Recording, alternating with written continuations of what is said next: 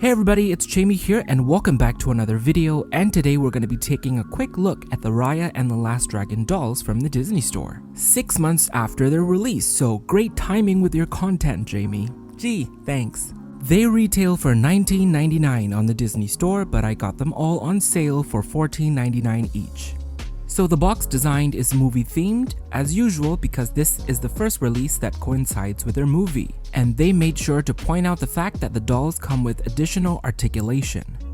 Weirdly, on the back it's just blank and empty, whereas they would usually say something about the character or a short synopsis of the movie. On Sisu's blog, wouldn't it be funny if they'd said people Sisu instead, because that's how Sisu referred to humans throughout the entire movie, as people. People! The Naga version of Sisu's box doesn't have a plastic window so that you can enjoy the Chaymie function. And on the back of the box, it shows you all the different modes that you can play with the figure. Alrighty, now let's pop them out of the box.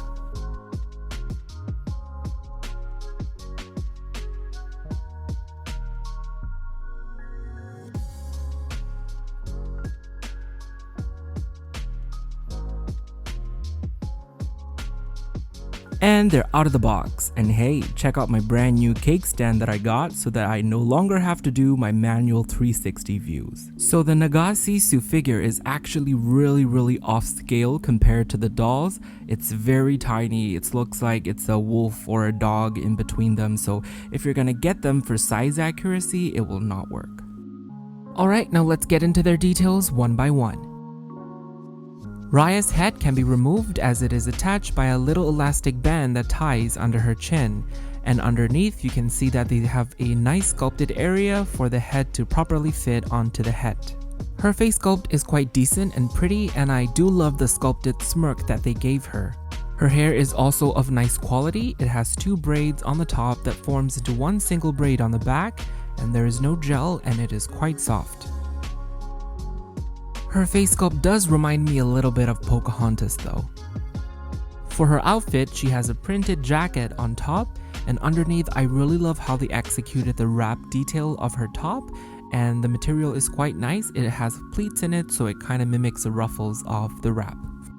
For her accessories, she has a sculpted belt with a gold buckle in the middle, and also a sculpted armband that is detached from the one that's actually on her hand, so those are 2 separate pieces. The sculpting on her sword is also quite detailed. I really love the dragon hilt of the sword, and also the segmented details on the actual blade. Wouldn't it be cool if it actually came apart like it was in the movie? I hope that's something that they would consider when they do the limited edition Raya. The wrap detail on her other arm is just painted. Now the highlight of this doll is actually her pants. The material is quite nice, it's thick and it's textured, and I also love the gold foil printing on the linings. It's executed very nicely. And finally, we have her very accurate sculpted boots. Then we have Sisu. Her face sculpt is also very nice. It's very expressive, but I also feel like it's a more prettier version of how she looked like in the movie. She still looks kooky and funny, but not as kooky as she was in the movie. And I also love the sculpted teeth detail in her smile. Her hair is actually pretty nice as well. It's very smooth, it's very soft, and I think this is the first time that I'm complaining that doll hair is too good because her hair in the movie was a little bit messy, it's clumpy, and there are a lot of flyaway strands and have that crazy look, so I kinda wanted that. And her hair is also missing the color highlights from the movie, the purples, the blues, and all the lighter teals shades in there. If you look closely, there are different shades rooted into her hair, but all of them are so close to each other in color that it's hard to tell. Her top is printed on this fuzzy wool kind of material, and I love the tiny details that they executed. For instance, I never knew that she had a strap on the shoulder, and also that this sleeve is not stitched to the main top. She also has 2 metal button details and a purple belt and sash. She also comes holding the dragon gem. It is very pearlescent and sculpted nicely. Pants seems to be the highlight on these dolls because Sisu's pants are also very nicely executed. I love the shimmery fabric material and also the overall effect that they created to make it look like it's a sarong that is wrapped back up underneath. Lastly, her shoes are also sculpted very nicely and painted with a lot of details, and it's a little fancier version of what she actually wears in the movie, but I like it. And now we have the Naga version of Sisu. Naga is actually what we call our dragons in our Southeast Asian culture, and it's what Sisu is based on. The figure is sculpted and painted nicely, and it's wigged with a wool-like material for her hair. Her dorsal fin and the tail are iridescent and shimmery, and she has a dragon gem attached to her chest for play features, and the only articulation she have is at the neck. Here is another quick size comparison between the dolls, and it's really small. Alright, enough talking, let's turn her on and see what she does.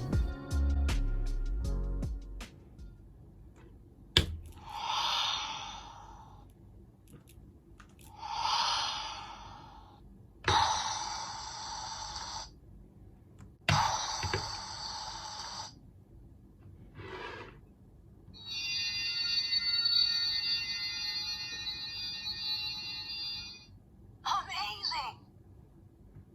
Hey, what's up? I got the glow! Sisu, that's my name. Alright, now let's take a look at the additional articulation that they were talking about. So their knees are double jointed, like the Made to Move Barbie, so that they can bend all the way to the back.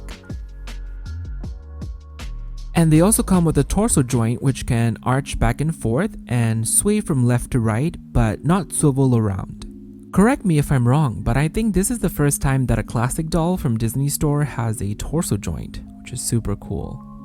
Here is a closer look at the double knee joints, and I really wish they would implement these double knees onto the 17-inch limited edition dolls as well.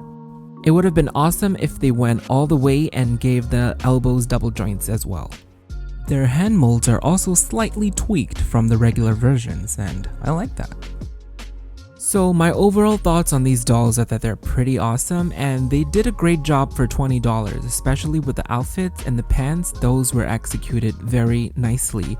And if you love Raya, the movie, I recommend that you get them now before they become sold out, because usually the first edition dolls that comes out with the movie are the most detailed. And the later releases, once they incorporate them into the classic line, they would cut down on details like lose their weapons and etc. I mean, look at Moana and Merida.